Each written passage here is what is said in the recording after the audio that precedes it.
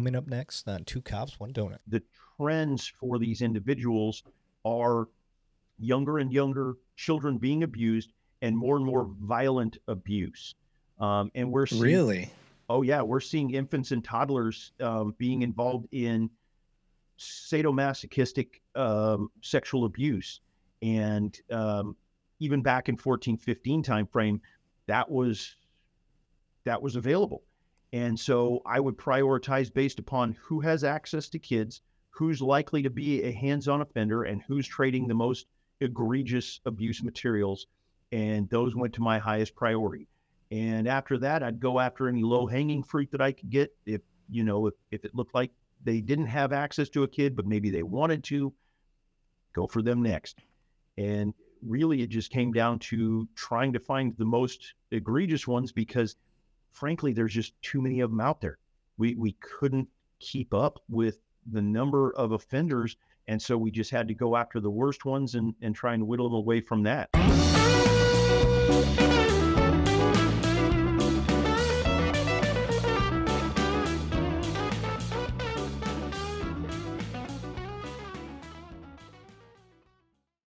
All right, welcome back to Cops One Donut. I am your host, Eric Levine. Today, I have the author, the retired Pinal County Sheriff's Office, Randy Schneider. How you doing, buddy?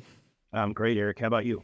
Oh, back-to-back podcast recording. I hope nobody calls me out for wearing the same shirt in two different podcasts. They're like, bye. But it's Brotherhood of the Fallen. You got to make sure that you represent that as often as possible. Yeah, let me get that out there, Brotherhood of the Fallen. See, you know what's up. But so for those listening, I have been heavily connected with Pinal County the last few months. The department, the guys that work there, and when I say guys, I'm being inclusive to all genders. I had somebody yell at me recently. They're like, girls work, police work too. I'm from the Midwest. We say guys about everybody. So right. It's all inclusive. But I've been talking with these guys, and, I had the interview with Matt Thomas. We talked about cartels. He got me linked up with Fridays with Frank. We haven't done our episode yet, but I've been bullshitting with them. We've been texting. Brian Griffin, I believe it's either Griffin or Griffith. I'm sorry, buddy. I always butcher your name, but he works for Pinal, I think as a reservist, because he does the AED stuff. He was saved by one. He was dead 16 minutes. And an AED would have saved him a lot sooner. So he's bringing awareness to that and pushing those. And then they got me connected with you. So if you're listening to the podcast, everybody, you're like, what the hell is this episode going to be about? Today, we're going to talk about cybercrime, crimes against children. We're going to go down that. It's actually kind of a dark rabbit hole. Sorry. But I do think it's necessary, and people need to know the type of evils that are out there. Randy, I think you'll even be proud of me. My daughter is going, she's just turning 14. She's about to start high school. So she's going with me to take a tour with some CACU detectives that work in exactly this area to show them the types of dangers that are out there without getting too graphic and all that stuff. But I'm blessed. I'm lucky to be in the position I am. I can take my kid to that very easily and have her talk to experts like you that deal with this stuff. But I appreciate you being here, bud. Absolutely. And, it's really important that kids at about the age of, probably about 10 or 11, really start learning about the internet, because so many of them are on it all day, every day, at school, out of school, whatever. And if they don't realize what the dangers are and how to protect themselves, the possibility of them getting in trouble is increased exponentially. And really, we need that kind of awareness in the schools just as much as we do about, the DARE talks about drugs and the talks about gangs and everything else, because every time we hand them that phone or that iPad or whatever, they're subjected to the probability of some pretty horrific stuff. And I think that not talking to them about that, not educating them is just setting them up for failure. No, I agree. And I've actually kind of changed my parenting tactics fairly recently. one of the things that I have been considering, like my kids are not on social media. Like that's, you know, I have two daughters, 11 and 13. The 13-year-old in July, she turns 14, and then the youngest turns 12 at the end of the year. But I was dead set. No, you're not using this stuff, period. And it's not that they're still not getting social media necessarily. But I have relaxed the reins after doing some education and controlling. I monitor. Yeah. Right. I'm a dictator parent when it comes to the internet. I do watch, but I realized I can't not let them use it. Like they have to learn. Like you said, they're going to be on it. Like they need it for life skills now. Like it's a thing. So I'm trying to break that habit of not allowing them to do it, period. But no, they've got some natural skills now. I've been letting the oldest, she messes around with coding and stuff like that. And sounds like that's not even going to be a job that's going to be available soon enough with all the AI that's out here. Yeah, AI is going to take it all over. And I did the same thing. I was raising all three of my kids when I was in internet crimes. My son was going through middle school and high school when I was in it. My girls are 15 and 12, so they're right there with yours and trying to navigate that. And I was the same way initially. You know, I started out working child crimes and then went into internet crimes, and I was terrified by it. And so my thing was, nope, you don't need a smartphone. You don't need internet. You don't need, any of that stuff. And the first day of middle school, my son came home and he was like, Dad, I got to have a smartphone. He says, my teacher, when somebody asked a question, said, well, Google it. And everybody in the class pulled out their phones. And he's like, what am I supposed to do? How am I going to learn it if that's how the teacher is going to teach it? And so, yeah, they have to have access to be able to navigate socially and educationally and everything else. And we just need to make sure that we're teaching them the right ways to do it. And they're going to have that access. They're going to have those temptations. And we just have to make sure that they understand it so that they can be safe about it. And my girls are on social media because it's almost required. My oldest daughter is in student council, and a lot of what they do is spreading the word about different, dances and the different school events and things like that through Instagram and Facebook and Twitter and all of these things. And she has to know how to navigate it to be able to put that information out. So I have to give her that little bit of, leeway to be able to navigate that and do those sorts of things. But she's also grown up with me explaining, these are the dangers. She knows this is what Dad did in internet crimes, not specifics exactly, but enough to understand that there are bad people out there who will do bad things to children, and she has to be cognizant of that. And then we do the follow-up. We check up on her social media. We make sure that we're watching her accounts and checking her devices and things like that. And my 12-year-old's right behind her doing the same thing with her cheer and stuff like that. So it's a necessary evil, and we just have to make sure that they're educated. Yeah, I'm getting alerts that there's a severe thunderstorm watch. So if we suddenly lose power, bro, we'll try to get you back. Understood. But, North Texas is fun like that. It is. So let's backtrack a little bit. So first off, I want to get to know who Mr. Snyder is. Where are you from? What brought you to police work? I kind of like showing the correlation that like there's always something. Very rarely, although one of my best friends on my department, I will mention this, he had no desire to be a cop. The only reason he became a cop was because his roommate was going to take the civil service test. Now he's one of the best cops I've ever met. So I find that to be one of the most fascinating stories of becoming a cop because he is the outlier. But for the rest of us, is either a calling, a tragedy, something really cool we saw. There's a bunch of first responders in the family, military, all that stuff. So what's your story, Mr. Randy Snyder? I was born in Colorado. Oh, hell yeah. Spent the majority of my formative years in San Antonio, however. My dad, my biological father, was a deputy sheriff when I was very young. He got out of it and went into private security after that. But policing is just what I always wanted to do. My mom told stories about my imaginary friend was the director of the CIA and he lived in my watch. Very, very get smart. I had the Apple Watch before Apple Watch was a thing. Right. And You talk like this. yeah. And I'd go off on missions and things like that. But it's what I always wanted to do. Growing up, I knew that that's what I always wanted to be. And so after high school, I moved out to Arizona and met my wife. And as soon as I was old enough, I started testing for agencies and doing ride-alongs and going to college for courses. I did some law enforcement classes in high school.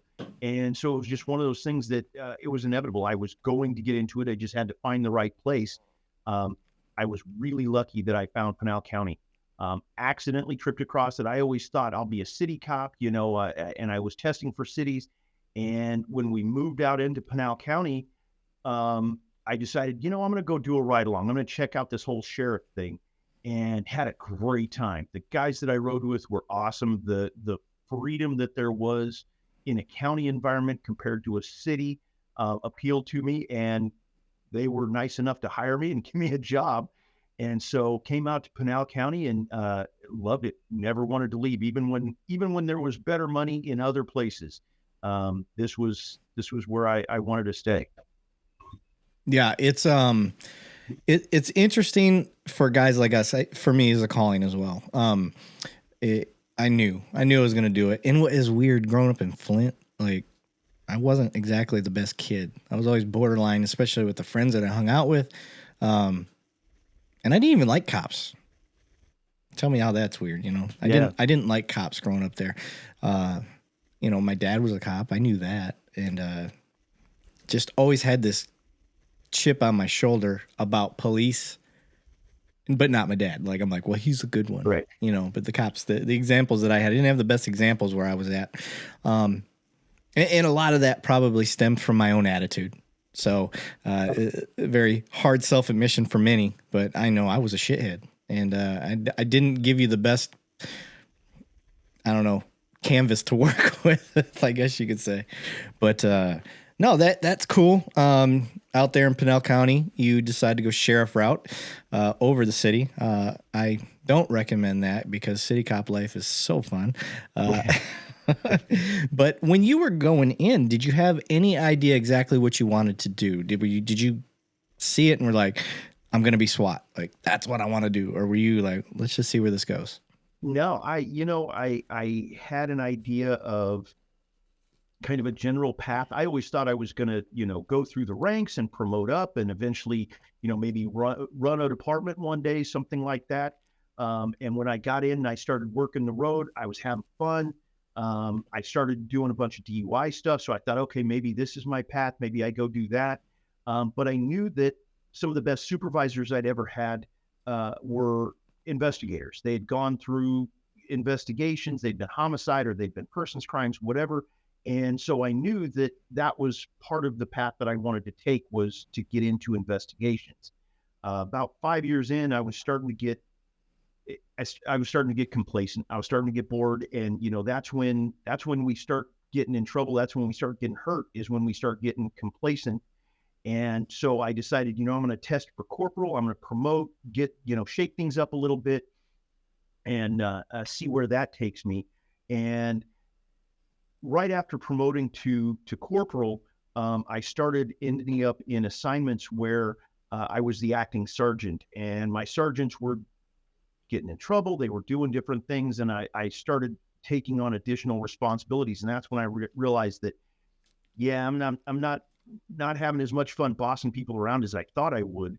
And so I went into an investigational role, and I knew going into an investigational role, I didn't want to do property crime. Chasing people who were stealing VCRs didn't sound like any fun. I love it. That's what I do. I love it.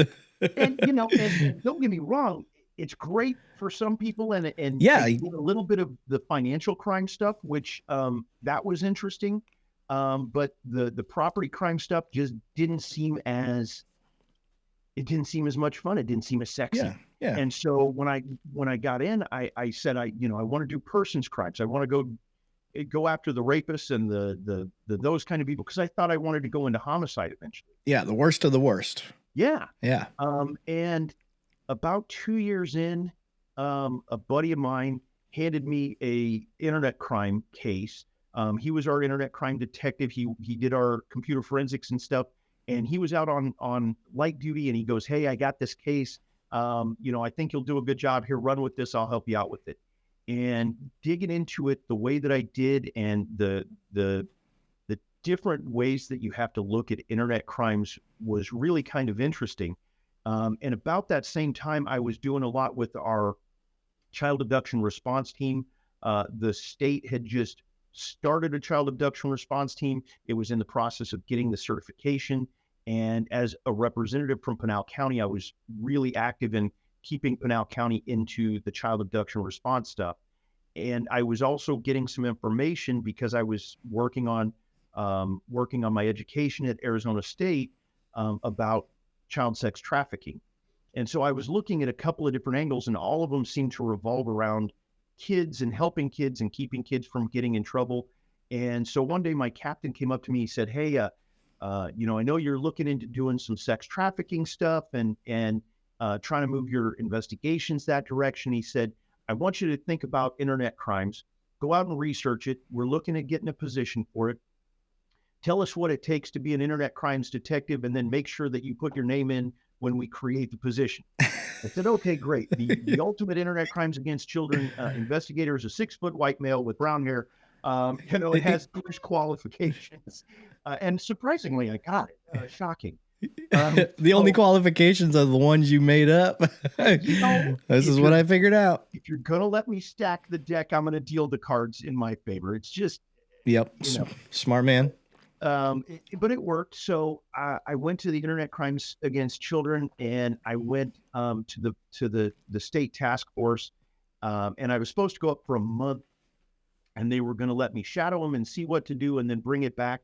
And I got up there and I started having some fun. And the commander said, "Hey, why don't you embed with us, and you can be on the task force, and you'll get a lot more experience and a lot more education, things like that." And I said, "Yeah, that sounds cool."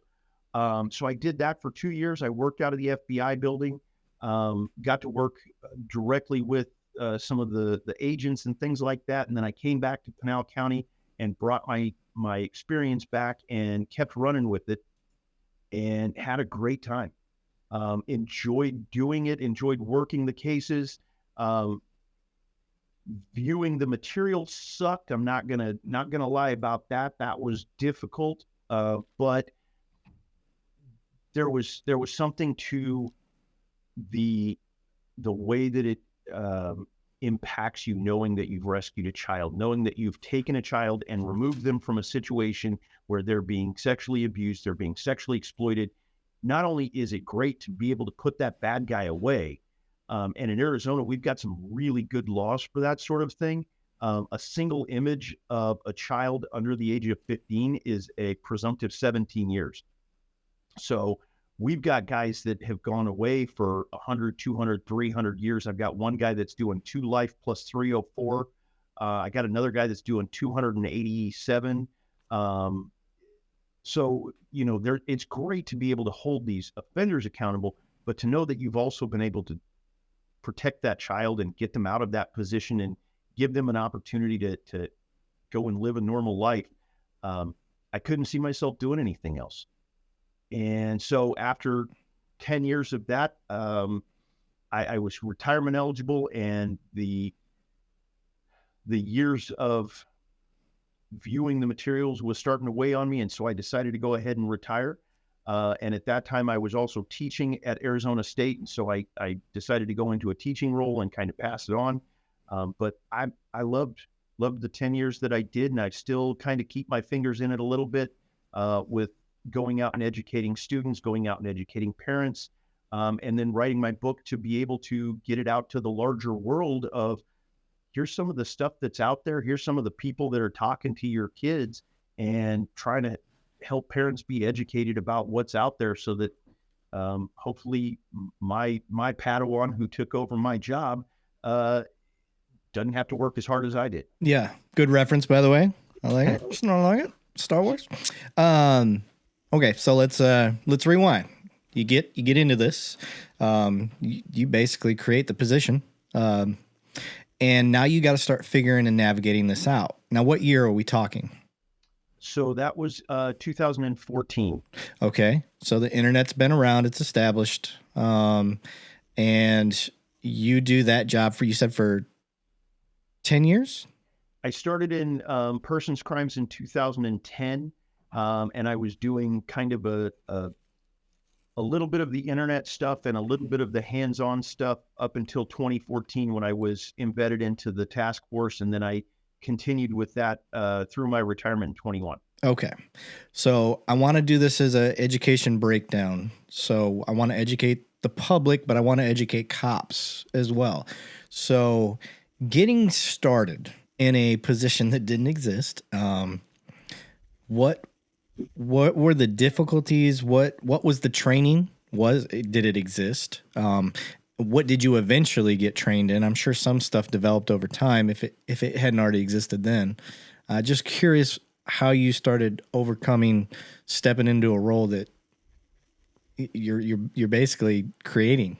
If you're law enforcement, stop and listen to me right now. If you're a police department that does not have an LPR system, Insight is offering the first 10 agencies, that means one agency apiece, gets one camera for free. You have to tell them that Two Cops, One Donut sent you. You heard me right. If you're a police agency that does not have an LPR system yet, or does have an LPR system, and you're not happy with the product you have, Insight is offering you a free camera. No strings attached, and they will install it. I have 10 to give out. Tell them Two Cops, One Donut sent you, or reach out to me, and I will get you in contact. If you're a business owner or an HOA, please stop and listen to me right now. If you're just listening to the audio, do yourself a favor and watch the YouTube version of this episode to get a visual of what I'm about to tell you. I want to tell you guys about Insight LPR. It's a license plate reader. If your agency, community, or business is looking to invest in LPR to help solve and deter crime or to make your community safer, Insight LPR has my vote of confidence. I've met with their team. They know their LPRs, guys.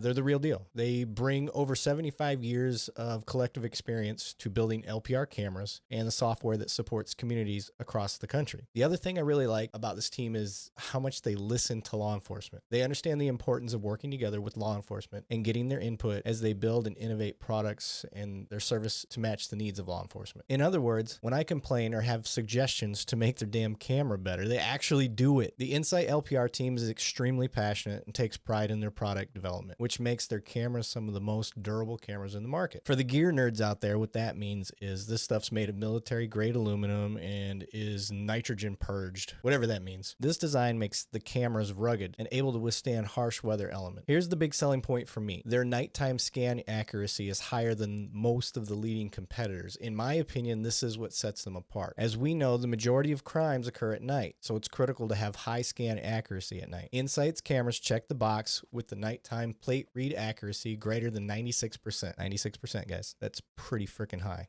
If your community is looking to invest in LPR technology, reach out to one of their experts today, or reach out to me. Tell them Two Cops, One Donut sent you. Right. So initially, it was just kind of mentoring with my buddy, Rob Westerfield, who was our forensic examiner at the time. He was kind of the on again, off again internet crimes. If a case came down here because he had the forensic background, he was able to work some of those cases, but that he wasn't doing any of the proactive stuff. It was just if a case came to him. And so I was learning some of the ins and outs of the forensic side from him and learning a little bit about how some of the systems work that these predators are going to. When I finally got the position and embedded with the task force, that's when the education really sunk in, and it was like drinking from a fire hose, man, because I bet. first of all, there's a million apps out there and kids are on all of them. And so I'm having to learn how to navigate all of these different apps, what they do, how they do it, how to preserve the information, how to get the information to be able to provide to an attorney for prosecution. I'm learning the reactive side of it from all of the different cases that we're getting and the things that we're getting from the National Center for Missing and Exploited Children, because NCMEC is the clearinghouse. So all electronic service providers in the country are required, if they come across information that they think is exploitive or abusive of children, to report it to the National Center. And then the National Center compiles that, sends it out to the agencies to be able to conduct the investigations. And when I started in 2014, the National Center was receiving, on average, about 4 million reports a year of that sort of thing. And so as they were getting more reports, we were getting busier. We were learning about new things. The iPhones didn't come out until around 2010. Right. And so the apps were still fairly new. They had the Yahoo chat boards and different kinds of things online, but the availability for predators to go after kids remotely was just really starting to boom. And so we were trying to figure that out and navigate it as we were going along. I started going to some trainings through the ICAC task forces, through the Crimes Against Children's conferences, things like that, to learn all of what we needed to do. But a lot of it was hands-on. A lot of it was, as a new app came out, we'd download it to a phone, we'd start playing with it and figuring it out and seeing what we could do. We started working some proactive cases that kind of helped push us into those. And really a lot of it is trial and error. And as guys are figuring things out, they build a training for it and put it out there, and the rest of us go and listen to it. So are you guys working, as you were doing that, did you have any, like your kids or anybody else's kids and stuff? You're like, hey, do you use this app? Do you know, were you guys using them? To a degree, yeah. I would, at that time, my son was older. He was moving into high school at that time. And so I could kind of listen in on his conversations and see what he was chatting about. I could see what kind of apps were popular at that time and use some of that. But I was also doing a lot of undercover work at that point online.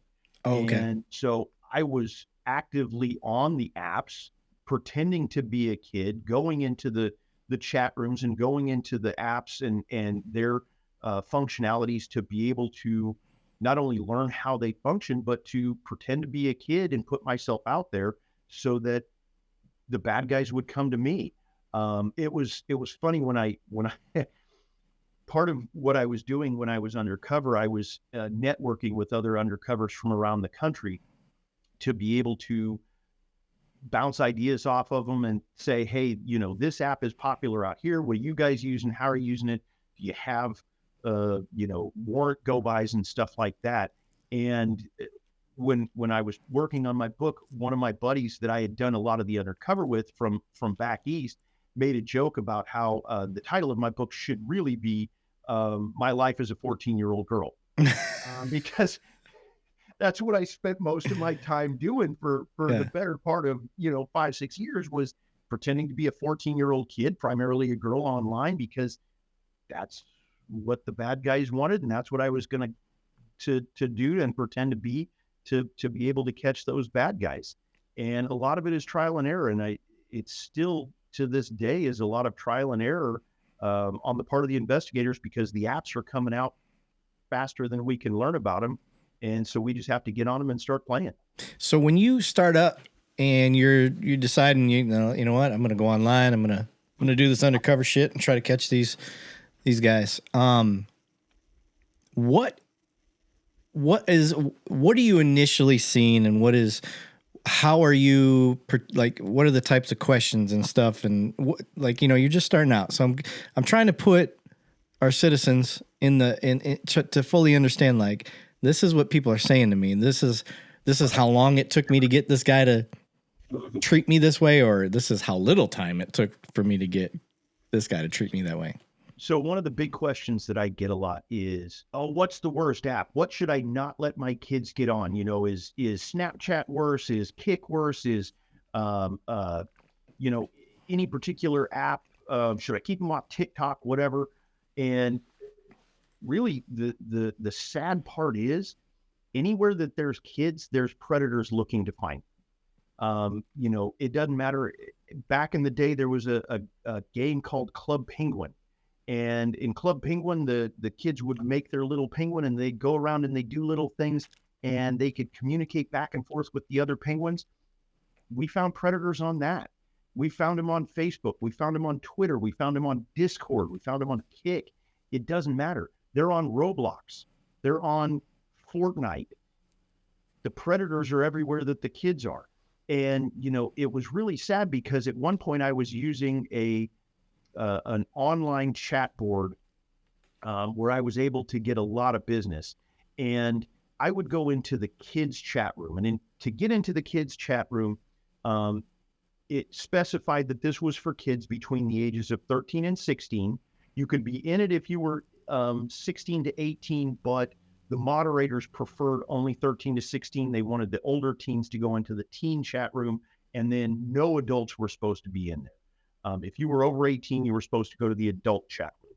And not only would it tell you that as you went to click into it, but then as soon as you clicked into it, it would bring a pop-up that said, you need to be between these ages. If you're not, a moderator will kick you out.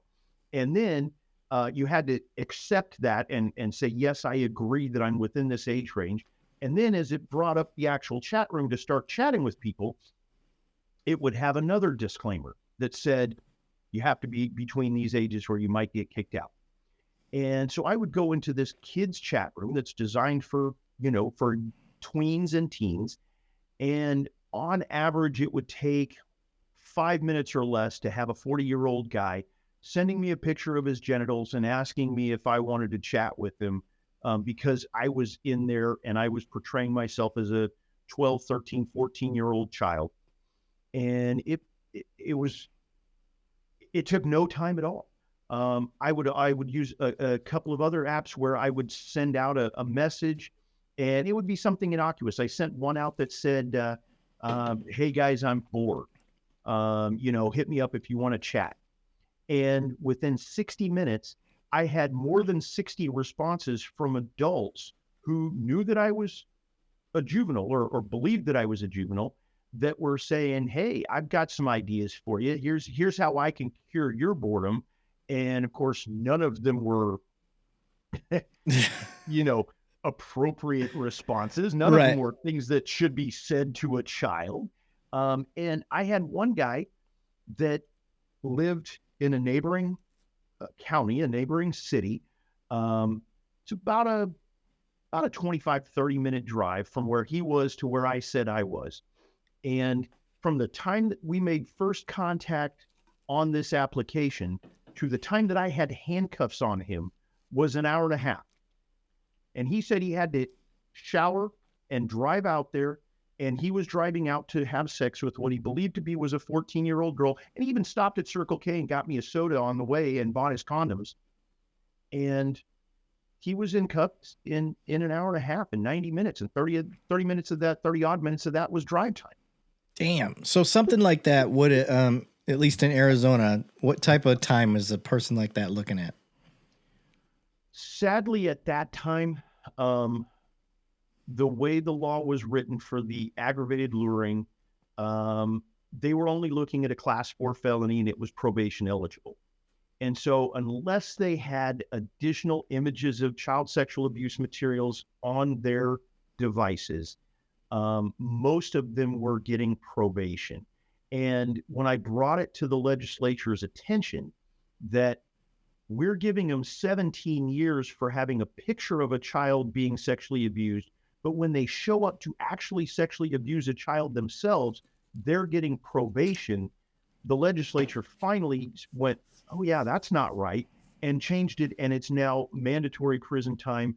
And they're looking at anywhere between 5 and 15 years if they show up to have sexual abuse with a child that they've communicated with online. Yeah, because that's a huge intent and show of commitment.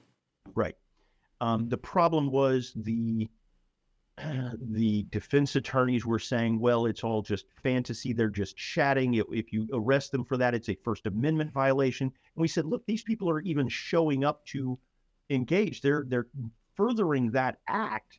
And they said, well, but it's not a real child that's there. And it's, yeah, because we're trying to stop them before they get to a real child.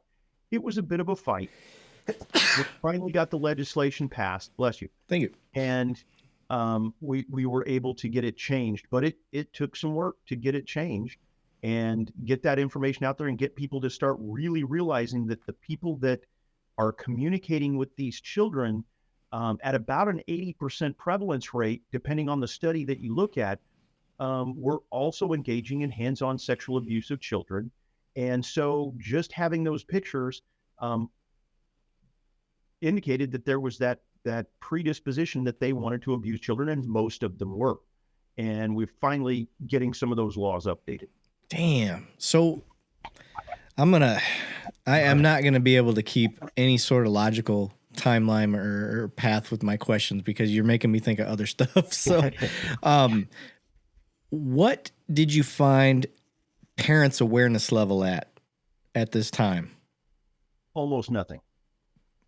Most parents were handing their kids an iPhone and trusting that whatever settings were on the phone were going to be sufficient, or whatever settings the app had would be sufficient.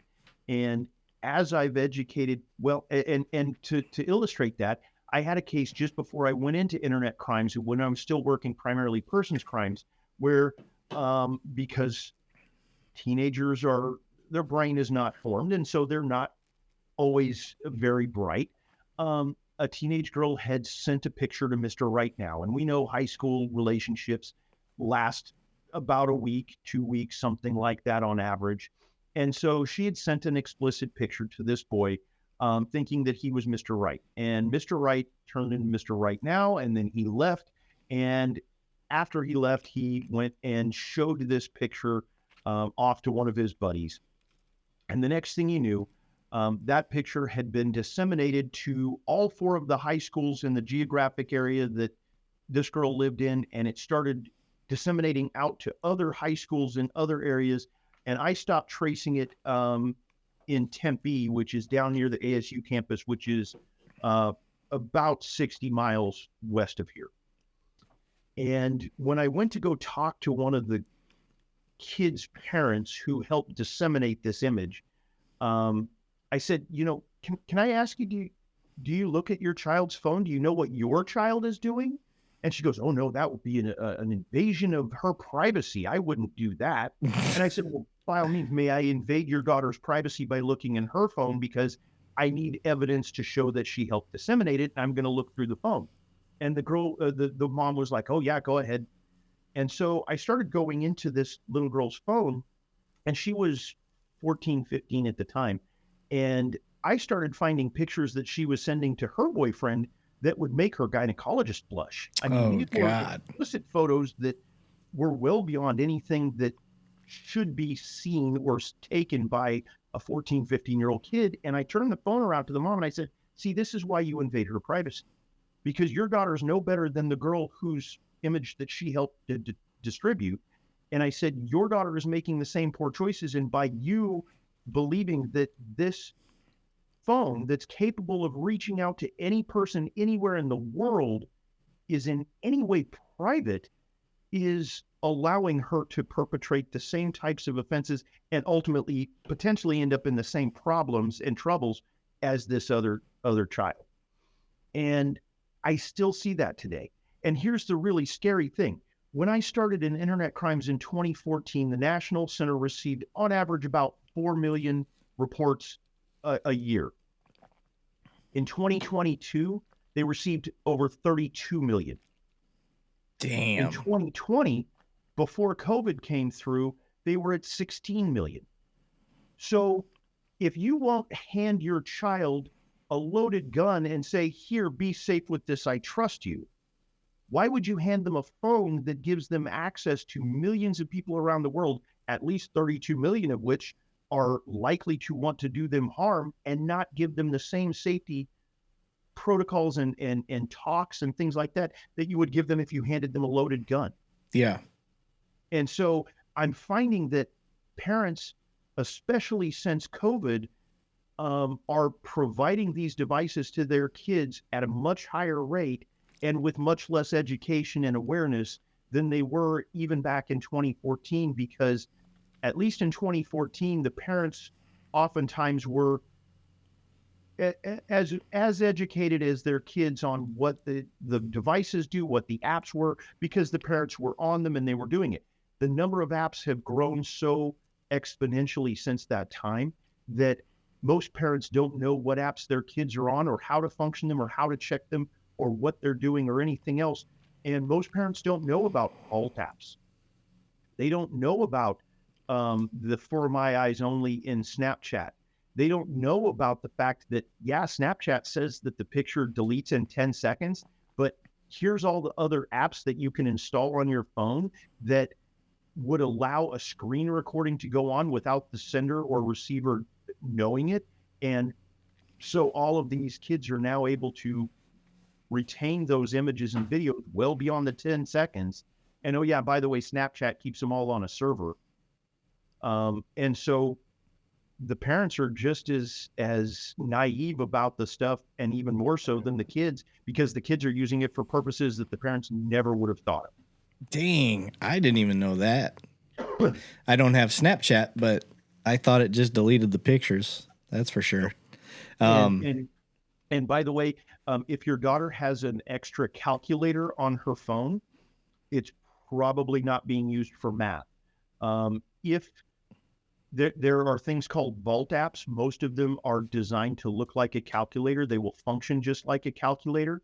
And if you put in the right sequence of numbers, what it does is it opens up a back door to a secret storage area within the device where they can store all those pictures and videos that they don't want their parents to see, or all the apps they don't want their parents to see. Yeah.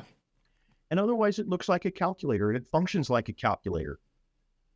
But when you put in the right sequence, it's a vault that holds all their stuff that they don't want their parents to see. And that's how kids can get away with hiding these things from their parents, because they hide it in plain sight in the vault. Hey, Eric Levine here from Two Cops, One Donut. Would you like to accelerate your investigations? Would you like 6 months of free access to a solution that will help you solve cases faster? And stop what you're doing and listen to the end of this ad to hear about this free offer exclusively for my members of Two Cops, One Donut. We would tell you right now, but you know those people in marketing would be upset if you didn't hear a pitch. All right, who is Finder Software Solutions? Finder Software Solutions was built on the idea that crime and those committing a crime do not stay within jurisdictional boundaries. Yes, I'm talking to the cops out there, so pay attention. Finder's mission is to assist public safety agencies by developing affordable user-defined software applications that facilitate collaboration between law enforcement personnel to close more cases faster. That's really all you need to pay attention to. Close more cases faster. They've been in the business for nearly 20 years and currently support over 300 agencies sharing billions of records annually. Are you guys still listening? Of course you are, because you guys trust me. So listen to me. If you're interested in accelerating your investigations, then discover Finder for law enforcement, the ultimate solution for agencies revolutionizing information sharing and investigative lead generation. Experience a seamless integration of RMS, CAD, JMS, and numerous digital databases sitting alongside valuable resources like public records, facial recognition, criminal records, LPR data, vehicle information, booking images, and so much more in one easy-to-use investigative platform. Finder allows for efficient data sharing, unveiling investigative leads and criminal patterns, ultimately solving cases faster, enhancing interagency collaboration. Empower your department with comprehensive single-pane information system and redefine the way you solve crime today. All right, guys. Now that we've checked the boxes from the marketing team, back to the free stuff. Finder is giving away 6 or half a dozen, insert your corny donut joke here. Yes, that is 6 free 6-month trials to the first 6 agencies that reach out and say you heard about it on the Two Cops, One Donut podcast. This is a limited time offer and will only be available for first 6 agencies. So contact Finder at findersoftware.com/2cops1donut, all spelled out, or call them at Finder and let them know you heard about it on the podcast. Get signed up with Finder and start closing more cases. It's that easy. Yeah, I'm more tech savvy than my wife, so I know, like, I know what to look for. Even if it's I don't even worry about the apps. I look at the storage on the phone. I'm like, all right, the hard drive says it's, let's say she's got a 64 gig, and then I go do the breakdown and like, all right, this app's got this much space, this app's got this much space. Like, there is no reason, let's say, this calculator app should have 3 gigs worth of data in it. That's nuts. There's my issue. So that's another investigative tool you parents can use on the House of Two Cops, One Donut. That's crazy, though. I've heard about these apps, the Vault app stuff. I've heard about them, but like I said, I got so tired of trying to keep up, and my kid's not allowed to even download an app without it sending a permission to us. Perfect. And so I already know. I'll look at it, I'll research it, and I'm like, all right, let me see what this app's about. And I've got a few more investigative tools than just Google. Right. So I'm at an advantage. I fully admit that. I know I am, just being a cop. But parents aren't. Regular parents are not privy to this information. They are. They just got to look for it. And right. And one of the things that I tell parents in the presentations that I put on is, educate yourself. And I give them access and information on certain websites that I recommend that have good information to make it kind of a one-stop shop. But educate yourself on some of the acronyms that kids are using and the text lingo that they use, because they could be saying things and you can read through their text, and if you don't understand what it is, and we've all seen the joke memes online that talk about the boomers that use acronyms incorrectly. But these kids are pretty inventive in the code that they use, and if parents aren't educated on that, they don't know what their kids are saying. Understand what emojis they're using and how they're using those emojis to say things that you wouldn't think about. I tell parents all the time, if your kids are sending messages that involve peaches and eggplants, they're not vegetarians. Okay. They're not talking about fruit salad and lasagna. You need to ask some questions, because that eggplant does not mean that they're looking for recipes. Yeah. The eggplant's not sweating either. No, that's, And so, that emoji of them sticking their tongue out is not them being rude exactly. But parents need to educate themselves on that and what these apps are capable of doing. Like I said, a lot of parents don't know about the For My Eyes Only section of Snapchat and how kids can be taking those pictures and saving them. And just looking at the amount of data that it's taking, or the amount of storage that it's taking, could still be hiding some things that kids don't want you to see, and you wouldn't necessarily pick up on it just on that. You may want to look at the messages too, if she is ever allowed to go on Snapchat. Yeah. It's not the tool, but it is a tool. It's a good way, but there really isn't a one way for anything on these. What are some of the websites that they can check out that can help them? I personally don't know any. So Smart Social is one that I push as kind of a one-stop shop. And there is an app for Smart Social that offers some different child safety services, typically at a fee. But if you just go to Smart Social, I believe it's .com, and look at their website, they have the top 20 apps that parents need to know about, that if you see that on your kid, it should raise some red flags. It should raise some warnings. If you're seeing apps like Bumble and Grindr and things like that on your kid's phone, you need to be concerned. It also has some of the common text lingo and acronyms. It also has a chart of some of the common emojis and how they're being used or misused. And so Smart Social is one that I recommend. Bark is another one, BARK. And Bark is all about not only helping parents be informed about child safety online, but also helping children be safe online. And to the point that Bark offers a smartphone that parents can buy that can be attached to most of the major providers, that allows them the ability to use some of the functionality of a normal smartphone, but with higher safety ratings than the average iPhone or Android phone, in being able to block out a lot of the harmful content and access to harmful apps. And then finally, I always just say, go to the National Center for Missing and Exploited Children. Check out their Net Smarts program. And that's Net Smarts with a Z at the end instead of an S. Because the Net Smarts program has been specifically designed for educating parents, educating teachers, and educating children on being safe.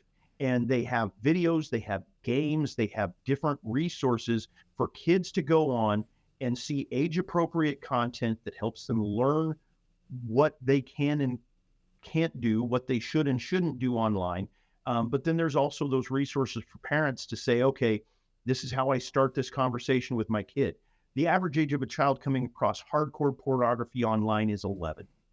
And Dang. so parents need to be having that, not just birds and bees conversation with younger and younger kids, but here's what you may come across online. Here's how to avoid it. Here's what to do if you accidentally trip across it. And here's why it's not good. It's not valuable. It provides a completely unrealistic example of what sexuality is between people, and here's why they need to try and avoid it as much as possible, and ways to start those conversations about, hey, if you receive sexually explicit material from some person that's unsolicited, you don't want it, here's what to do to report it, here's what to do to keep yourself safe and to avoid having to deal with it.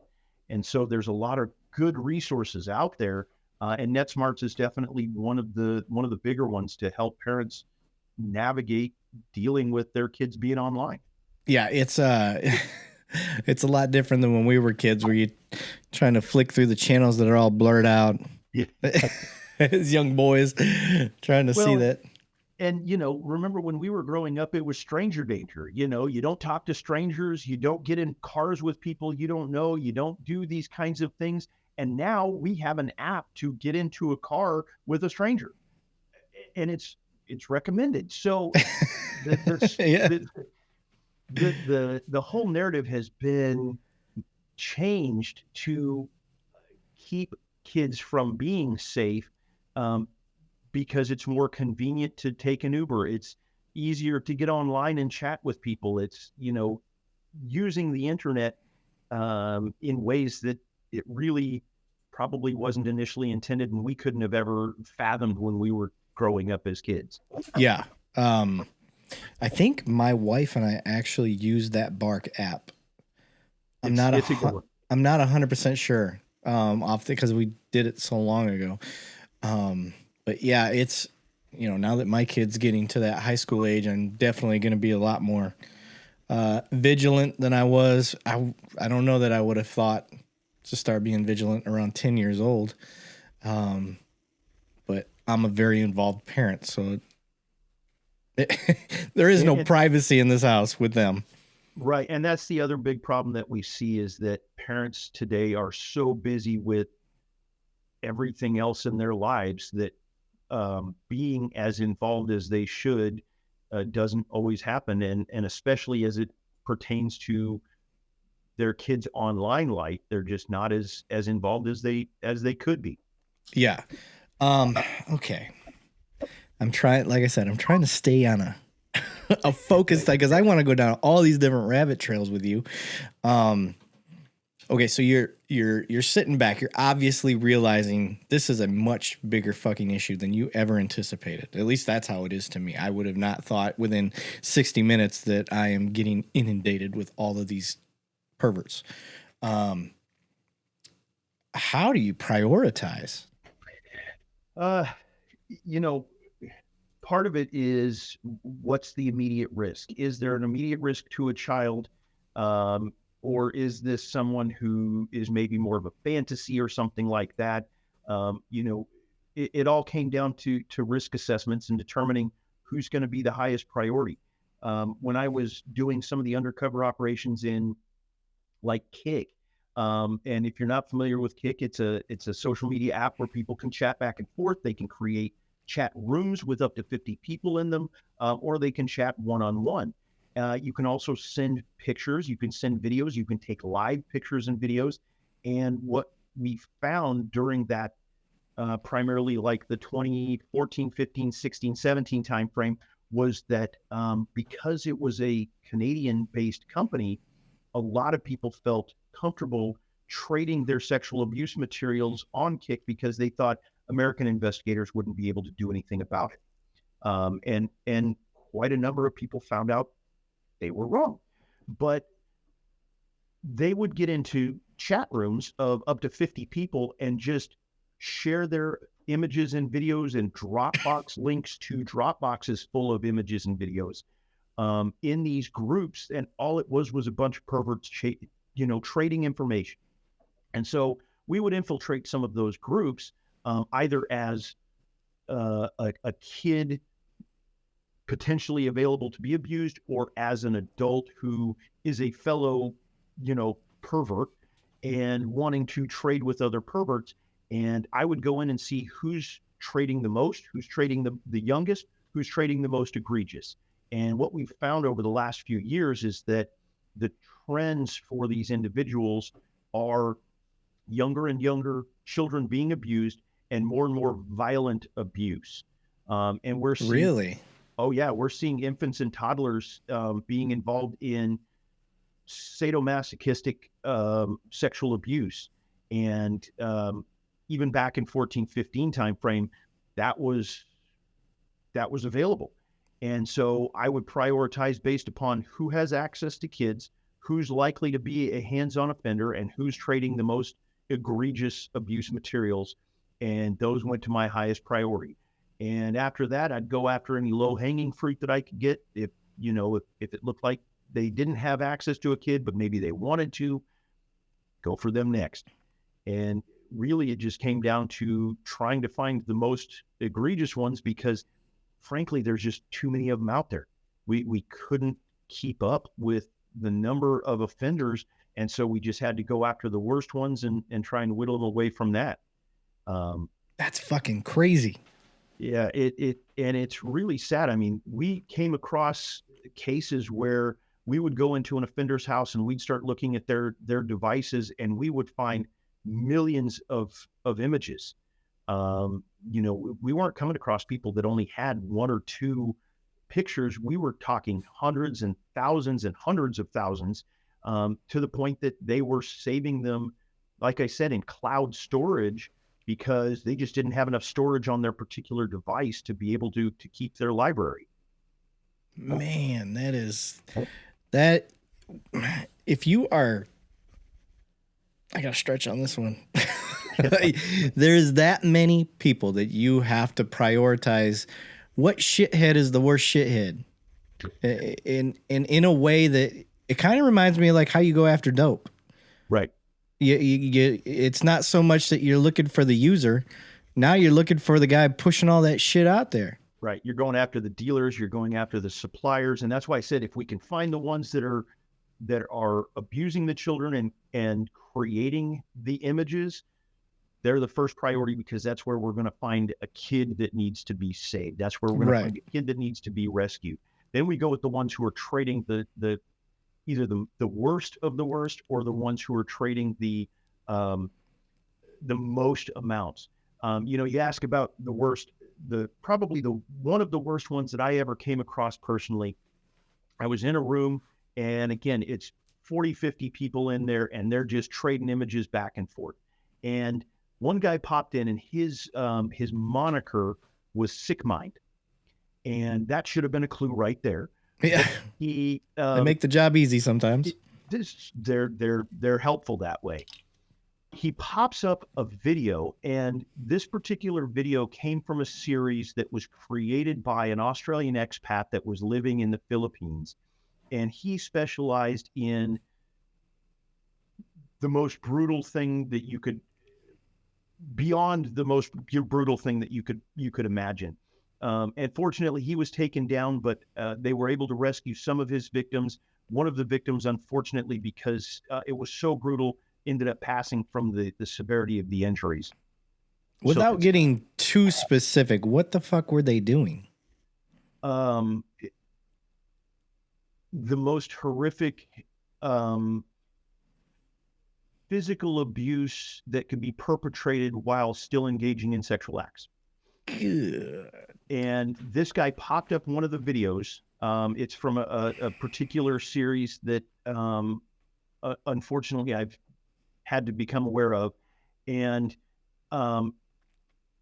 he got messages from the other perverts in the room going, "Whoa, dude, we don't do that stuff in here. That's crossing the line. You have offended the perverts and pedophiles in this room. And if you do this, we're going to kick you out." And some of the perverts and pedophiles even left because they didn't want to be involved in that. And I mean, you got to have standards. well, yeah, I mean, it's one thing to be a pedophile, but it's another thing to be a disgusting pedophile, right? Right. Yeah. And this guy raised the bar to the point that he pissed off all the other perverts and pedophiles. And I went, okay, you're target number one. Holy shit. Now, does this correlate with like sex trafficking? Hey y'all, Eric Levine, 2 Cops, 1 Donut. I got to tell you about my new sponsor, Peregrine. Yeah, like the Falcon. Peregrine is an advanced data analytics platform for public safety. Peregrine builds technology that transforms the way people and entire organizations interact with their data for decision making and operations. The platform empowers department personnel to create and implement effective strategies, make informed decisions in critical moments, and protect their communities. Peregrine revolutionizes data integration by transforming, cleaning, and extracting meaningful connections between data from dozens of previously siloed systems. Its user-friendly tools, applications, and data visualizations enable personnel, from chiefs to investigators to analysts and patrol officers, to access crucial information and insights in the format, timeframe, on the device, including mobile, that they require. Additionally, Peregrine delivers real-time, tailored insights and context to staff both in headquarters and in the field, allowing law enforcement officers to proactively address emerging situations, stay ahead of potential threats, and make better long-term operational decisions that impact both officers and the communities they serve. Discover more at peregrine.io. That's PEREGRINE.io. And make sure you tell them 2 Cops, 1 Donut sent you. Sometimes. Okay. In this particular case, the video that he shared was a sex trafficking situation that was occurring in the Philippines. He wasn't directly involved in it. He was just creating the demand for the supply, for the supplier. Okay. And so this individual ended up being located in Ohio, and that I figured out through the course of my investigation. Holy and so shit. I contacted authorities in Ohio. They went and hit his house with a search warrant while they were interviewing him and obtaining all of the evidence from his device. He said, "Hey, not for nothing, but you might check my roommate's computer too. He's kind of into the same thing." And so they popped a second warrant, found that the roommate was into the same thing. They got a twofer. Fucking snitch. He was by far one of the most disturbing individuals I had ever come across. So you thought that this guy, or I'm sorry if I'm getting it confused, the guy that was in Ohio wasn't the same dude in the Philippines, or was not? Okay. The guy that was caught in the Philippines, he was the one who was sexually abusing and creating the images and videos that were being distributed. This guy just happened to be a secondary distributor that was into it and finding it and then trying to share it with other like-minded perverts. I gotcha. Okay. Clear. Ah, shit. God, I'd love to see his face when you come knocking on the door. That would be satisfying. Yeah. We definitely had some fun entries when we hit houses from the look on people's faces. One guy actually shit himself. That was kind of fun for me because I got to laugh about it. The guy who transported him, not so much, but oh yeah, that's the worst. Oh my God. And the great thing is, you know, in all the time that I was doing this, I came across so many of those weird cases of people shitting themselves or just bizarre cases that that was why I wrote my book. I had people telling me all through my career, "Hey, you know, this is so weird. You're going to have to write about this. This is so stupid. Nobody would believe it was nonfiction." And I went, okay.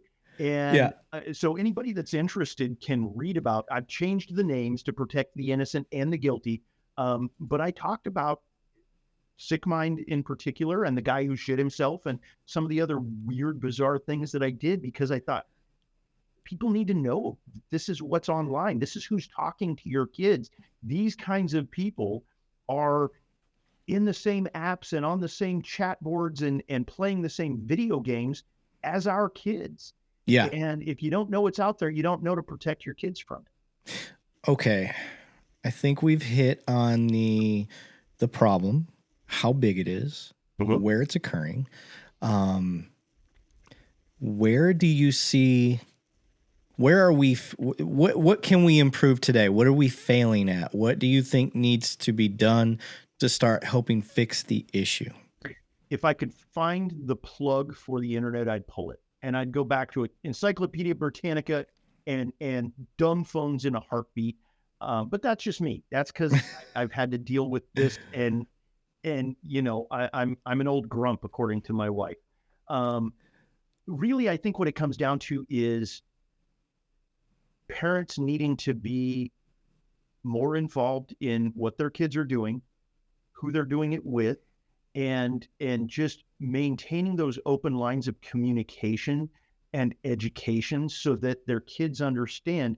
You know, I mean, we had DARE beat over our heads from elementary school on, growing up, about drugs are bad, drugs are bad, drugs are bad.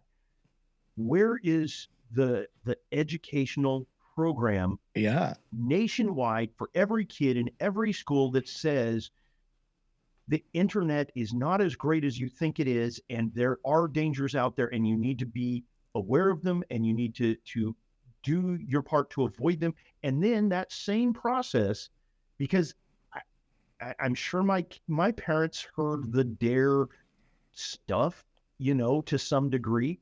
Where's the education for the parents to say, here's what's online, and here's what you need to protect your kids from, and here's the barrier that you need to be for your children, because there's just way too much of it. And I think that if we can get some national recognition and national legislation that says, if they're going to have sex education, then in that sex education class, they also need to learn what it is to be safe online, to protect against those same things that we're trying to protect them from, you know, from their classmates or from their whoever, and the creepy guy down the street in the white panel van. We need to have that same white panel van talk for them online and make sure that that's being put out there. Yeah, it's the education part is interesting. I think that is something that police departments could offer. For sure. I think that would be, because the podcast is all about trying to help solve problems, not just bring up problems. So as I sit here and kind of brainstorm, we already do something, you know, as far as Citizens Academy goes. Maybe that could be a portion of Citizens Academies, something that could be easily just posted online on a police page website. I think that would be good. I'm a big fan of police departments having apps, but it's not easy. And the hard part about getting these apps made for police is normally cops aren't smart enough to make them themselves, so you're dependent on somebody else that doesn't understand the job, and now that's the disconnect. Right. Trying to make an app that you have the instinct for in your head, but you just can't articulate to the geniuses that know how to make all that stuff. And one of the problems that we also come across is the school boards are hesitant to provide this sort of education to the students, because you have those parents who don't want the word sex to be mentioned in any way, shape, or form, which I understand. But then you also have the parents who have provided way too much information, or at least have not kept their kids from obtaining their own online education about these topics. And the schools have a weird balance of trying to provide just enough that they're not pissing off half the people without providing too much that then people think is encouraging their kids to go and do this. And so created some formats that I use when I go out and talk to kids, when I talk to educators, when I talk to parents. I've made myself available, and I know that throughout the country, the internet crimes units, both through the ICAC task forces and through the individual agencies, have put that out there. It's just a matter of the schools requesting it, or the church groups, or the, whatever civic groups can get the information out there, and having their agencies locally go out and provide that education. Okay, so let's do a little education time ourselves here. For me in particular, what are some of the indicators for kids out there that the person that they're dealing with, that they can't see physically across the interwebs, is a potential predator? What are the types of things that they're doing? Well, the first thing I would say is, is this person talking about certain things that maybe a person of that age wouldn't have knowledge of, or wouldn't have the education of? Are they talking about circumstances like having access to a vehicle that maybe a child that age wouldn't have? Are they offering things that seem unreasonable? You get some of these predators. I had one that because my mom didn't want to pay for my phone bill, and my phone was broken, actually mailed me a brand new iPhone so that I would be able to then FaceTime with him to send him the sexual images that he was requesting of my undercover persona. He sent you a phone? Yeah. Holy shit. Yeah, I got it in evidence. It's kind of cool. It was one of the prizes that I wanted to take with me when I retired, and they wouldn't let me. God. Does an actual kid have the capability to send you money, or to send you phones or tickets? Predators will use those things to try and convince a child, and if they're pretending to be another child, they wouldn't have that. But I think the biggest one that I really try and push is the person you're talking to asking you to keep a secret that you wouldn't otherwise feel comfortable keeping, or are they asking you to do things that they want you to keep secret from your parents? Because only somebody who has bad intentions, in my opinion, is going to ask you to keep secrets from people that you know and you care about. And if they're asking you to take a picture that you don't want your parents to see, should you really be taking it? And I tell kids all the time, if you're taking a picture that you wouldn't be proud for your parents to see, your grandparents, your school principal, your pastor, whoever, don't take it. Because the reality is, once you hit send on that, you have no control over where that goes, who gets to see it. And the reality is, once you hit send, your parents might see it, your principal might see it, your pastor might see it, your entire school might see it. And are you going to be proud of your of everybody seeing that picture? Yeah. And having those conversations with kids about, don't take pictures that you don't want me to see, because I might end up seeing it, is a good way to have that conversation. If somebody is asking you to keep secrets, are you supposed to be keeping secrets? Is that a safe thing to do? Is that something that a good person would ask you to do? And if they say no, then that's not somebody they need to be talking to, and that's somebody that is potentially a predator that we need to be concerned about. I like that. That's gonna be a clip. I'm gonna make that a clip. We'll put that out there for parents especially. Okay. What are we, in your experience now that you've done this for a while? Where are we as law enforcement? Where are we killing it? How are we doing good out there? There are a lot of individuals that are out there doing outstanding jobs protecting kids and saving kids. And what I see is a growing awareness among the administrations that this is a problem that needs to be addressed, and we need to get on board with it. When I first started, the majority of the money and funding that was coming from the brass, coming from the upstairs, was going to narcotics. We need interdiction. We need canines. We need, undercover narcotics to go after the dope and things like that. We've got a narcotics task force. We've also got an anti-smuggling task force that goes out and looks for the people that are transporting the dope across the borders and stuff. We've got interdiction task forces. We've got all of these things. We've got, the trainings that every street cop goes to about how to find dope in a car or on a person, or look for the signs and symptoms of impairment. We're slowly starting to see more and more of the interdiction training for identifying if a situation is not what it should be, and that kid is being trafficked, or that person is being, trafficked. We're slowly starting to see more recognition and awareness of, we need to train people on what to look for when it comes to children that are in unsafe situations, that are maybe doing things that they shouldn't be.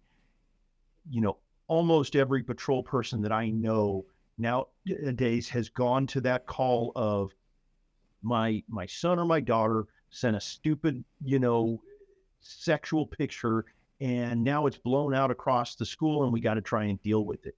And so we're slowly starting to see more and more education for the patrol, for the investigators, on how to deal with these types of cyber crimes. And my hope is that,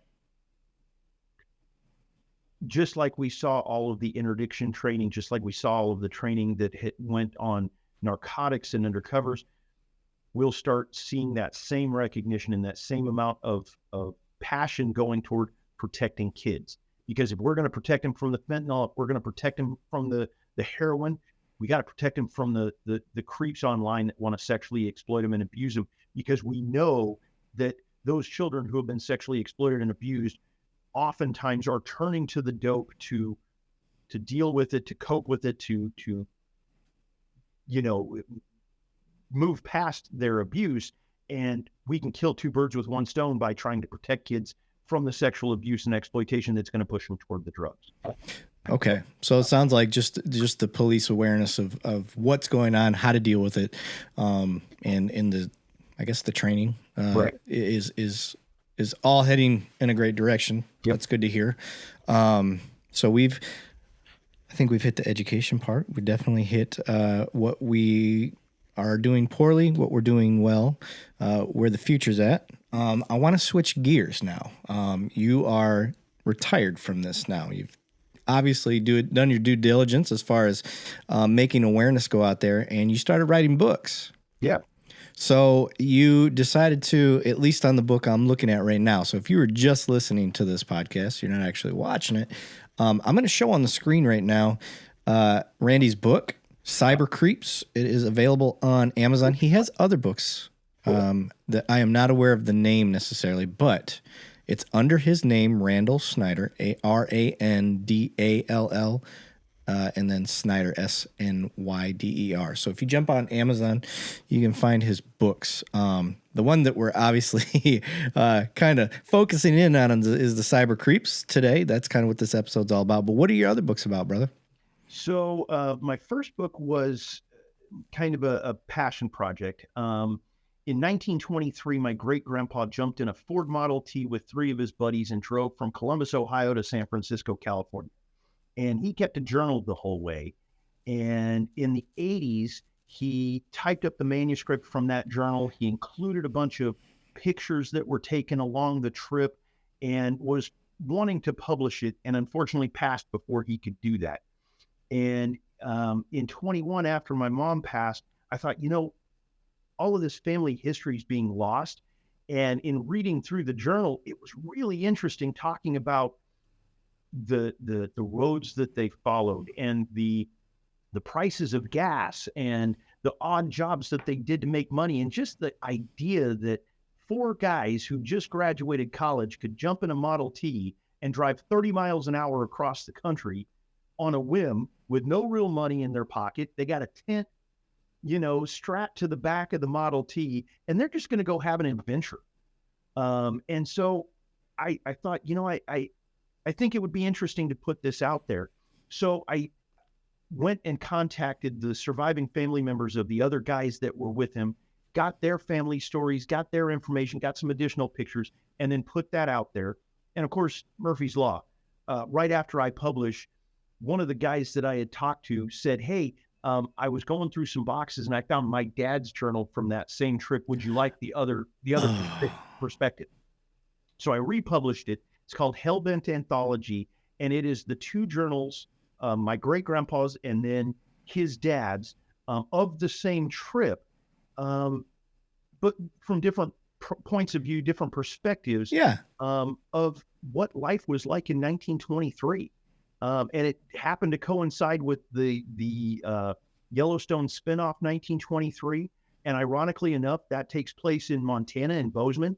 And their trip took them through Bozeman, so you can see what's going on in Taylor Sheridan's television show. But then you can read about it from some of the guys that were actually driving through that area and checking out the Yellowstone Park and through Bozeman and things like that in 1923, and the experiences that they had on that trip. And I did it to kind of honor my great grandpa and to show people what life was like 100 years ago and how much simpler and better it probably was than what we've got today. Damn. So basically, they're original vloggers. Yeah. If you think about it. Before electronics. Yeah. Yeah.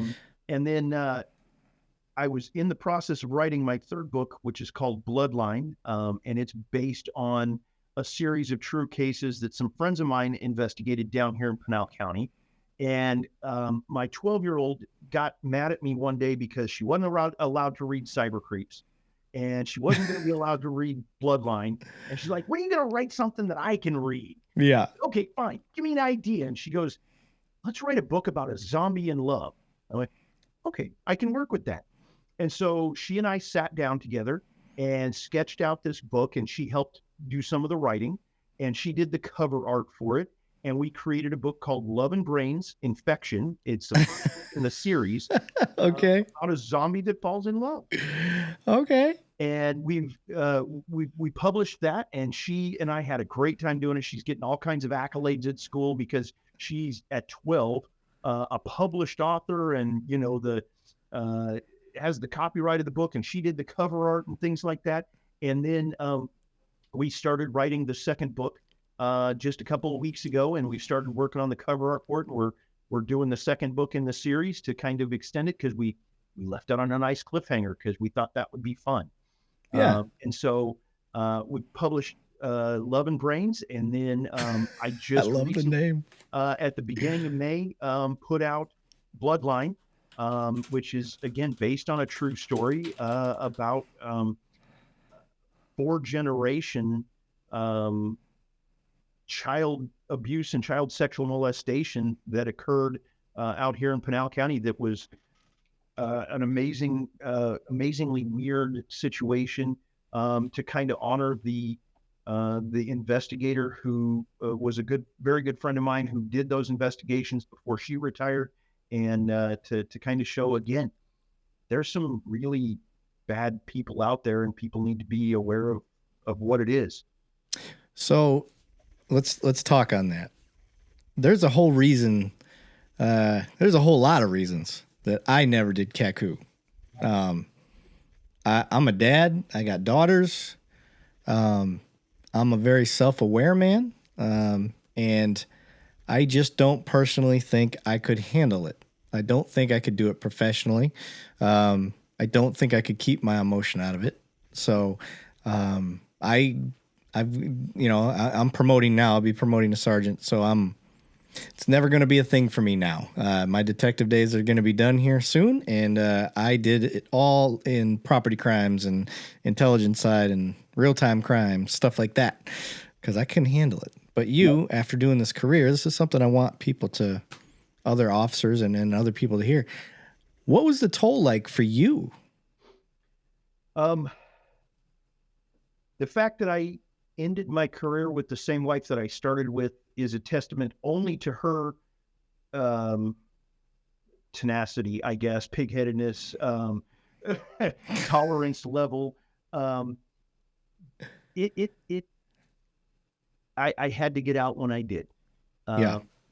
There's just no other way to put it. There was a lot of emotional issues that came up through the course of it, especially raising kids while I was doing it. I can't look back on any of it with real regret, because I know that I made a difference in the world to at least some people, some kids, some small part. But it is definitely a difficult path that not everybody can walk. And I've got some buddies that are still in it, and God love them, they're still able to muscle through every day. Part of my therapy when I got out to kind of get myself right again, was it was recommended that I do journaling, and I never could really get the idea of sitting down every day writing Dear Diary. But when I wrote my book, it was very cathartic. It was very helpful. And one of the things that I kind of recognized was there's always those cases that you think back at the end of your career and you go, man, I wonder what happened to this person, or I wonder what the resolution was on this. And part of the purpose of writing Bloodline was to give that closure to the investigators that I know worked those cases and had that same impact. And I give God all the credit in the world for my success and for what I was able to do. But God kind of paid me back when I had just finished the first version of Bloodline, and I had given it over to a buddy of mine to help me with some editing and things like that. And I went to go work an off duty one day, and as I was working it, this young lady came up to me and she goes, "Hey, you're with Pinal County, right?" And I said, "Yeah." And she goes, I overheard you talking that you did child crimes. And I said, "Yeah." And she goes, "Does this name ring a bell to you?" And the name that she threw out was the name of the suspect that Bloodline is kind of written about. And I said, "Yeah, as a matter of fact, I just finished the first draft of my book about this. I've been researching the cases and talking to the investigators and doing all these kinds of things." And she said, "I'm the little girl." Oh. And to hopefully not ruin it if anybody wants to go out and buy a copy and read the book Bloodline, but one of the individuals that was written about in that kidnapped and sexually abused and left in the desert for dead a 6-year-old little girl. And she is Wow. now 23. And I got the opportunity to meet her right after I wrote the book. And I was able to chat with her and get her perspective and get her permission to write it and to publish it. And after doing that, I contacted some of the investigators that I knew that were involved in those cases. And I said, "Look, I got to tell you, you guys saved this girl, and she's an amazingly well-adjusted person considering what she went through. And she's doing really well," and kind of caught them up on her life.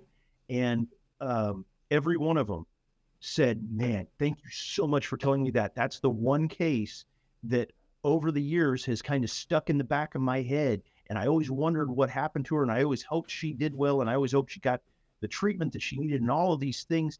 And it was able to bring a happy conclusion for so many investigators Yeah. that only God could have brought me there and put me in that place at that time to be able to help people, which is why we all get into this line of work in the first place, to help people and to save people, and God helped me do that. And so it really, the writing of these kinds of things has helped me cope with all of the things that I dealt with and look at it from a much different perspective than I did when I was actually working the cases and only seeing the evils and the bad side of things, and to really recognize the hand that I was able to play in making other people's lives better, and God putting me where He needed me and giving me the ability to do those things and put up with what I put up with as long as I did. Yeah, that's a man. It most, this stat floats around out there, but most people see, so many critical incidents in their life, which like around 5. And then you got cops that see them daily, and that number multiplies. And then we start talking about accumulative PTSD and stuff like that. And, every offense has its level of how bad it is. And that depends on the person. Right. I see theft every day. It's really not a big deal to me. I'm like, oh, they stole Fort Knox. It happens. You get caught slipping with your security. I'm like, yeah, anybody can get their stuff stolen. Yeah.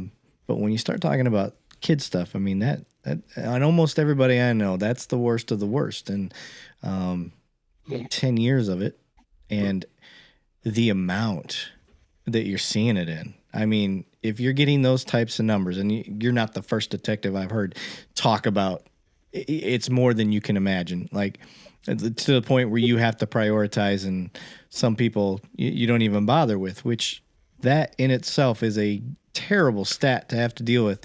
It's almost like beating your head against the wall, catching people doing drugs and dealing dope. Yep. You cut one snake's head off, another one grows, but that's just kind of the nature of the beast. I would not think that particular crime would be as prevalent as it is. And it's sad that it is, and the only thing I can say is God bless the ones that are still doing it. And if you had told me when I came out of the academy that I'd spend the better part of my career pretending to be a 14-year-old girl, I would have called you crazy. Yeah. But I can only hope that there are those people getting into law enforcement nowadays that are willing and able to go and do that hard job, because they're needed now more than ever. And you mentioned earlier that you are having a conversation with Sheriff Lamb here before too long. Sheriff Lamb used to like to introduce me as the best 14-year-old girl in the county, and he'd always leave it at that, never put any context to it, and look at me like what? What are you talking about? And then the context, and it was fun. And my wife hated that. She would always get very uncomfortable that I was introduced that way. That is funny. Yeah, that is funny. Oh my God, I'm definitely going to bring that up.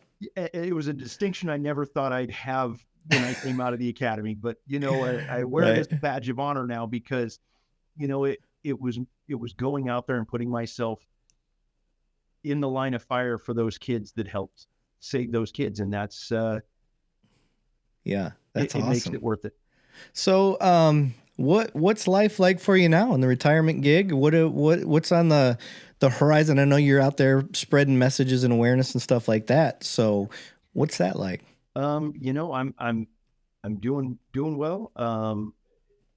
I came back to the sheriff's office after teaching at ASU for a little bit, and I'm working in a civilian capacity as a background investigator. But I'm maintaining my certification, so I can still go out and do the fun cop stuff occasionally when it suits me. But mostly I'm writing my books and trying to spend more time with my kids and just enjoy the second half. I've got a couple more years of doing the background stuff, and then once my girls are off in college, we'll see where that takes us. My wife and I would like to do a lot of travel, and we've got an RV that we have taken out a couple of times to really go enjoy the world and see what we can see. So, all right. Now, what are you towing behind it?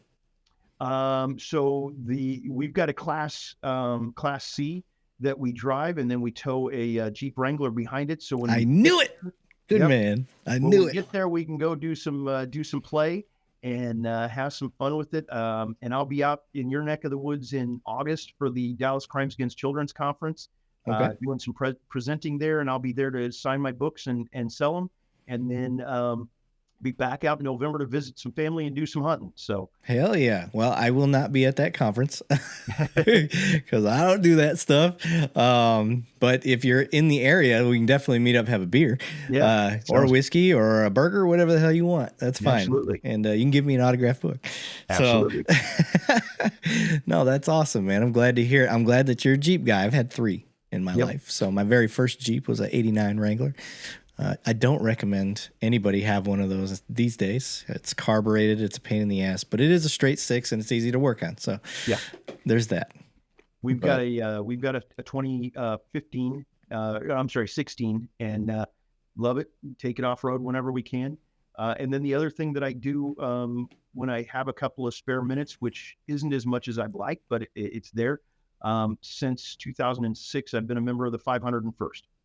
And being a Star Wars geek, yeah. Oh, I'm like the 501st. I'm thinking military. I'm like, oh, I know what the 501st. So you got the whole getup then. Yeah, I'm an ARC trooper, and I go out and do charity events for kids and different things. An ARC trooper, that's what you went with? Yeah. Okay. I would have been a Mandalorian. Right as the Clone Wars were going, and so I got to do some of that, and I've gotten to troop all around Arizona. I actually trooped in Costa Rica. I was on Costa Rican national television as Darth Vader, which was kind of cool. And I've gotten to meet 501st members from all around the world, and I don't get to troop as often as I'd like, but it's something that I've kept up as a passion project. So for those that aren't aware, the 501st is a Star Wars. The gear, the stuff they wear is all certified, correct? Right. It has to be a certain certification for you to be a part of it. So that way, when you guys show up to Comic-Con and all that stuff, it's you fit in with the group. You're legit, and you're not just wearing the Kmart brand. and it's a charity costuming organization. We go out and raise money for different charities. We go to children's hospitals. We go to a number of different events. But then, like you said, the quality of the armor is movie quality. Jon Favreau in the first season of The Mandalorian needed additional troopers and didn't have enough costumes, and so he contacted the 501st Garrison out in LA and had some of their troopers come out and act in the backgrounds so that he had enough troopers. The 501st is trooped in the Rose Bowl parade. We do some parades out here in Arizona, and I know the garrisons all around the world are doing great things, trying to bring awareness and help out different children's charities, Make-A-Wish, stuff like that. And in armor that, there's some pretty exacting standards to it. So there's two things I've been wanting to do. Okay. I want the heavy gunner Mandalorian suit. Yep. Like if I could just get a movie quality one, I want that one. But then I had my own idea for my own Mando suit. And I want to do a cop one, like a SWAT cop, where it's the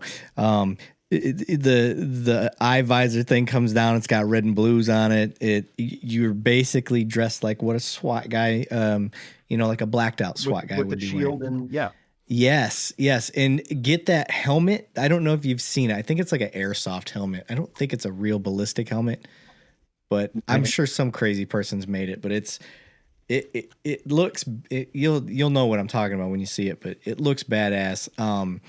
Matter of fact, I'm gonna pull it up for you because we're nerding out now, baby. Like at one point in time, I was working on some Mando gear myself, and I painted my bucket with the tan and green that we use for our uniforms out here. And I was going to do something similar, and I found the Mandalorian police officer action figure that Hasbro came out with that has the shield, and so I was going to make the shield out of some foam and stuff like that. And I just never got finished with all of it. But I had a similar idea. If you go to the Mando Mercs, they have armorers and they will help you build all of that. They have the designs and patterns and everything. And for what is typically a pretty reasonable price for the cost of the ABS and stuff, you can build your own Mandalorian armor or Stormtrooper or whatever it is you want. Okay. Yeah, this is that helmet I was talking about. Yeah, seen that. It actually is a ballistic helmet. Yeah. But that's what I was thinking. Like, obviously, I'm not going to go out and buy the actual ballistic gear. Screw that. I ain't got that. Well, shit. It might end up costing the same amount by the end. But that was kind of the idea. I'd like to get this, black it out, and kind of put some cop lights on there. And I just thought that would be fun for myself. Yep. But no, that's cool, man. Well, brother, I don't have anything else that I have pressing. Well, I could talk Star Wars crap all day. Is there anything that you can think of that you wanted to hit that we didn't touch on yet? No, I appreciate you having me on. I love being able to get some education out there and sit and just kind of BS with somebody about, all the different things that pop into my crazy little brain, and, to raise some awareness and stuff. The only other thing I'd say is, anybody that's heard something that strikes a note or that they have questions on, welcome to go to my website and send me an email, and I'm happy to point them in the direction if they need help with child safety. There's information on that. If it's another Leo that's having some issues with some PTS or anything, I've got some links and things to that for some really great organizations that I've come across that have helped me and have helped people that I know. And there's links to be able to get copies of my books on my website too. But I'm always available to answer questions or try and offer suggestions to get the education out there, to educate parents, educate teachers, educate kids, and just try and keep everybody safe. What's your website? It is Snyder1193.weebly, weebly.com. Got it.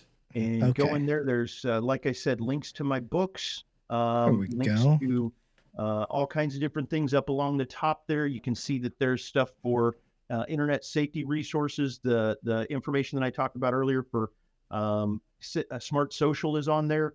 And I do offer, if anybody's interested, I can put on internet safety trainings, either virtually or in person. And I'm always happy to go out and do that sort of thing, talk to individuals or groups and be able to put the information out. Jedi Cop. I like it. Who designed your website? I did. You got some I've been work playing with it for a little while and just You got some work to do, bud. bits and I'm gonna pieces. I'm gonna bust your balls right now. This could be cleaner. It's not real pretty. I'm doing the best I got with what I got at the moment. But This is what cops do to each other. Yeah. Talk shit. I'm like, come on, man. No, it's got a lot of good information, though. You are absolutely right. I like the Internet Safety Resources page right now. I'm looking at that. Yeah, so let me say it for those that are just listening. Snyder, Snyder, 1193, and that's the numbers, 1193, .weebly, weebly.com. So yeah, all I did was typed in Snyder 1193 in Google, and it was the first thing that popped up. So you guys can check out his site there. But other than that, brother, and me busting your balls about your website, I'm going to tell Matt, I was like, yeah, we got on. I waited till the very end to talk shit. yeah, and I expect it to. It's just how we communicate, and I'm good with it. So It is. It's how we show love. I just had a conversation with my kids yesterday. They do get a little offended when Dad teases them about certain things, and I had to break it down for them. Like, listen, we need to have a talk. When Dad's making fun of you, or you think he's like yelling at you, I'm like that. I had to explain to him, like, if you people I don't like, I don't talk to. I'm very quiet around. If I just say, your cordial things like, hi, how are you? Like, if I keep it like that, that's probably because I don't like that dude. right. I'm like, but if I'm constantly picking on you, it's just my way of showing love. I'm like, so if I'm Daddy giving you does a it too hard time, much, it's because I want to talk to you. yes. I was like, so if Dad's giving you too much shit, like, let me know, chill out or whatever, but just know it's not because I'm picking on you because I don't like you. So, Right. But all right, brother, I will, as soon as we get done here, just hold on and I will talk offline. Sound good? Sounds good. All right, man. I appreciate you being on. Thank you. Yep. Thank you.